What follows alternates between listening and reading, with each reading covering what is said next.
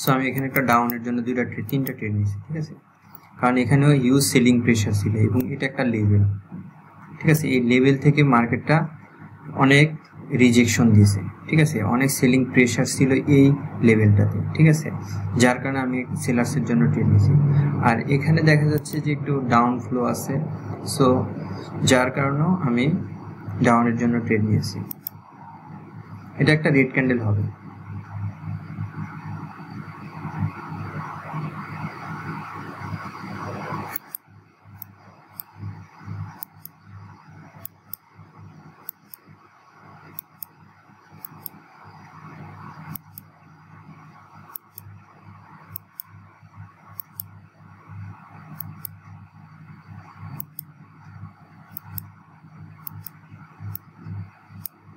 ওকে, আমাদের ট্রেডটা উইন হয়ে গেছে।